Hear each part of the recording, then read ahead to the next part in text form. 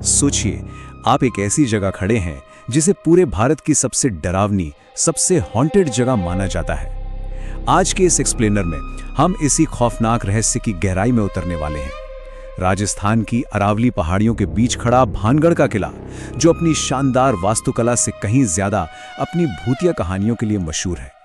सदियों से इस जगह ने लोगों के दिलों में खौफ पैदा किया है, लेकिन आज हम इस खौफ के पीछे छिपे विज्ञान और इतिहास के पन्नों को एक एक करके पलटेंगे। तो चलिए शुरू करते हैं।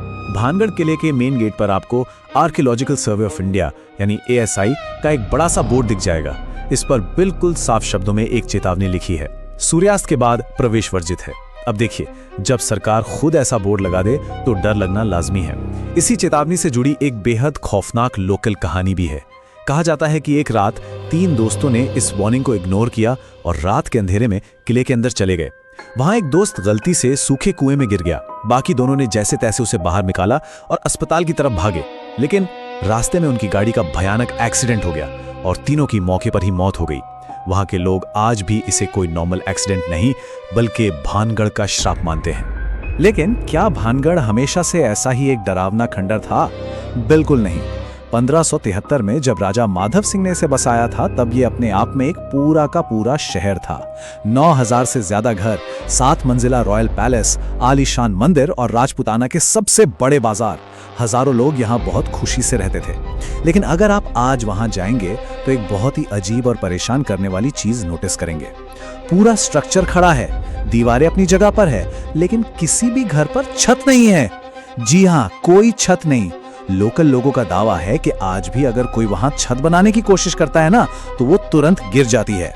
अब सवाल यह है कि इतना आबाद शहर आखिर बिना छतों का खंडर कैसे बन गया? इस तबाही को समझाने के लिए ना वहां 2 बहुत ही मशहूर और ड्रामेटिक कहानियां सुनाई जाती हैं। चलिए देखते हैं कि ये श्राप आखिर थे क्या।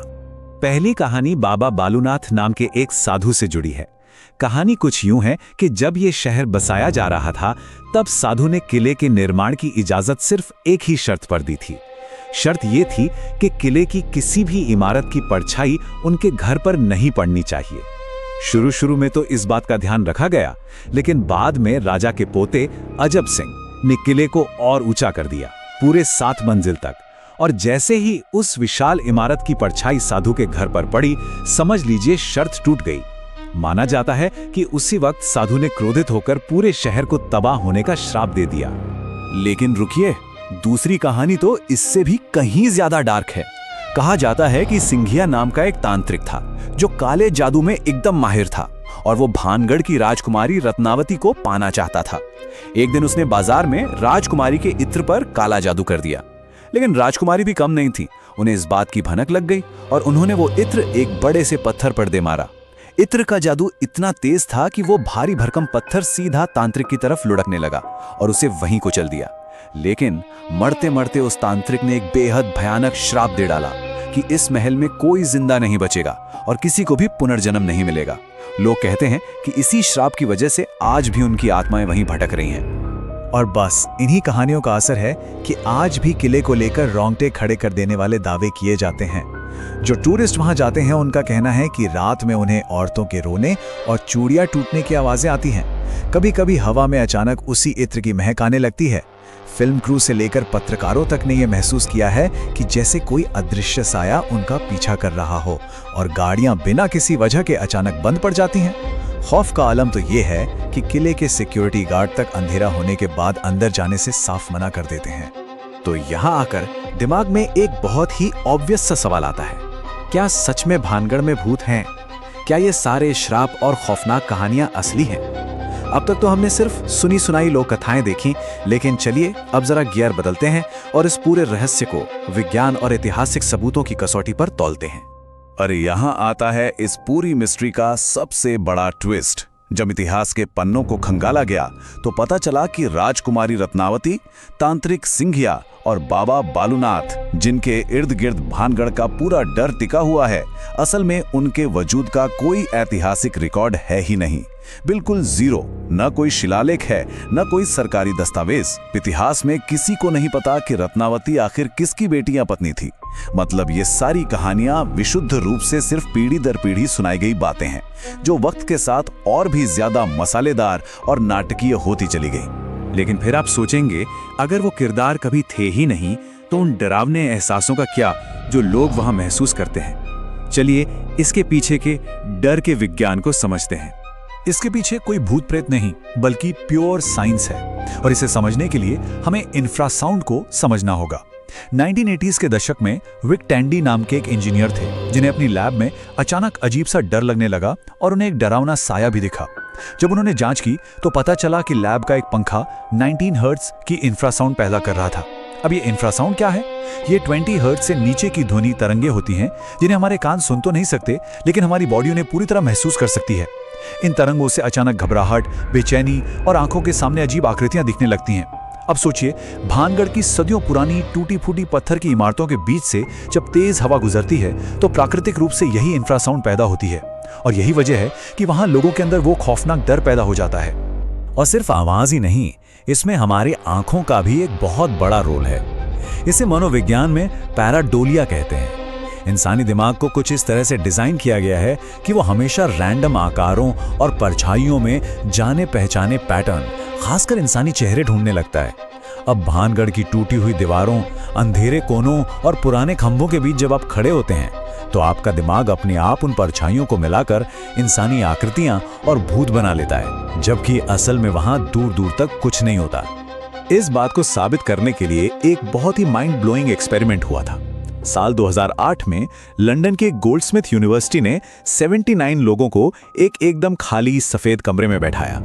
कमरे में कोई डरावनी चीज नहीं थी, बस मशीन से इंफ्रासाउंड पैदा की गई और लोगों को पहले से ही बता दिया गया कि यह जगह डरावनी हो सकती है। इसके जो नतीजे आए ना, वो हैरान करने वाले थे। कई लोगों ने बहुत ज्यादा बेचैनी महसूस की और कुछ को तो एकदम दहशत होने लगी। साइकोलॉजी में इसे सजेस्टिबिलिटी कहते हैं। अगर आपको पहले से बता दिया जाए कि फलां जगह भूतिया है तो आपका दिमाग पहले से ही अलर्ट मोड में आ जाता है और एक हिलते हुए पत्ते को भी भूत मान लेता है। भानगढ़ के मामले में भी यही होता है। वहां जाने से पहले ही इंटरनेट और कहानियां हमारे दिमाग को इसी खौफनाक मोड में डाल देती हैं। यहाँ तक कि भारत के सबसे जाने माने पैरानॉर्मल एक्सपर्ट्स ने भी इस बात पर मुहर लगाई है।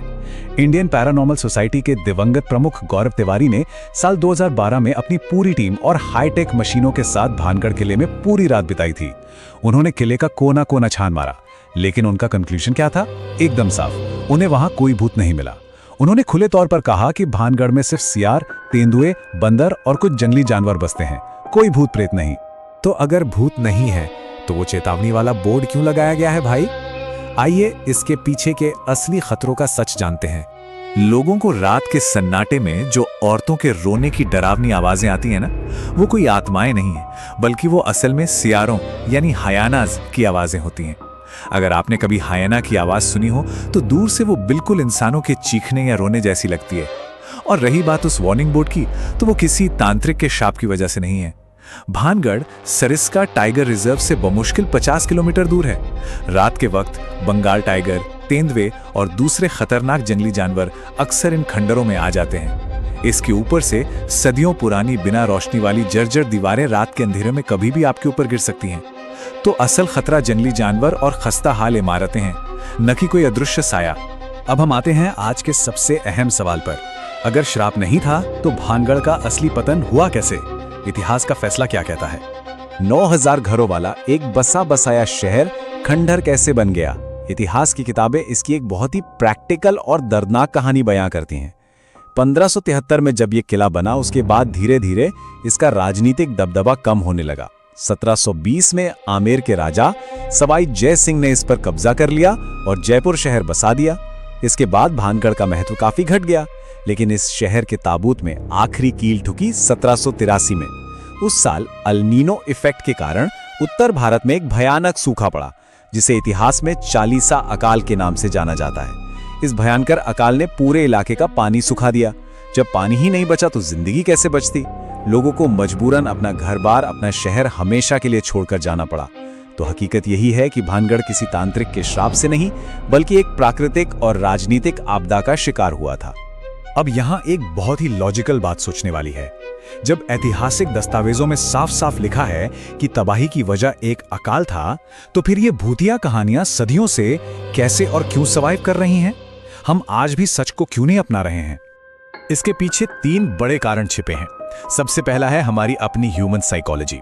हम इंसानों को ना सूखे जैसी बोरिंग प्राकृतिक आपदा के मुकाबले एक ऐसी कहानी ज्यादा याद रहती है जिसमें कोई विलन हो, जादू टोना हो और भरपूर ड्रामा हो। दूसरा सबसे बड़ा कारण है वहां की अर्थव्यवस्था। भानगढ़ के आसपास का पूरा टूरिज्म मार्केट इसी हॉन्टेड टैग पर तो चल रहा है। अगर भूत का डर खत्म हो गया तो लोग वहां क्यों जाएंगे? और तीसरा, आज के टाइम का सबसे बड़ा विलन, सोशल मीडिया। इंटरनेट के एल्गोरिथम को इतिहास के बोरिंग तथ्यों से कोई मतलब नहीं है। उसे बस वो खौफनाक और वायरल दावे चाहिए जिन पर ज्यादा क्लिक्स आएं, और यही चीजें इन अफवाहों को लगातार जिंदा रखती हैं। इस पूरी कहानी को देखने के बाद मुझे महान वैज्ञानिक मैरी क्यूरी की एक बात याद आती है। उन्होंने कहा था, जीवन में किसी भी चीज से डरने की जरूरत नहीं है, बस उसे समझने की जरूरत है। भानगढ़ की ये पूरी कहानी हमें यही तो सिखाती है कि खौफ अक्सर हमारी समझ की कमी और सुनी सुनाई बातों का ही नतीजा होता है। एक बार आप तथ्यों और साइंस को समझ लीजिए तो सारा डर अपने आप हवा हो जाएगा। आज के इस एक्सप्लेनर में बस इतना ही, लेकिन सच कहूं तो इन सारी ऐतिहासिक और साइंटिफिक सच्चाइयों को जानने के बाद भी क्या आप कभी भानगढ़ के उन वीरान खंडरों में अकेले रात बिताने की हिम्मत करेंगे?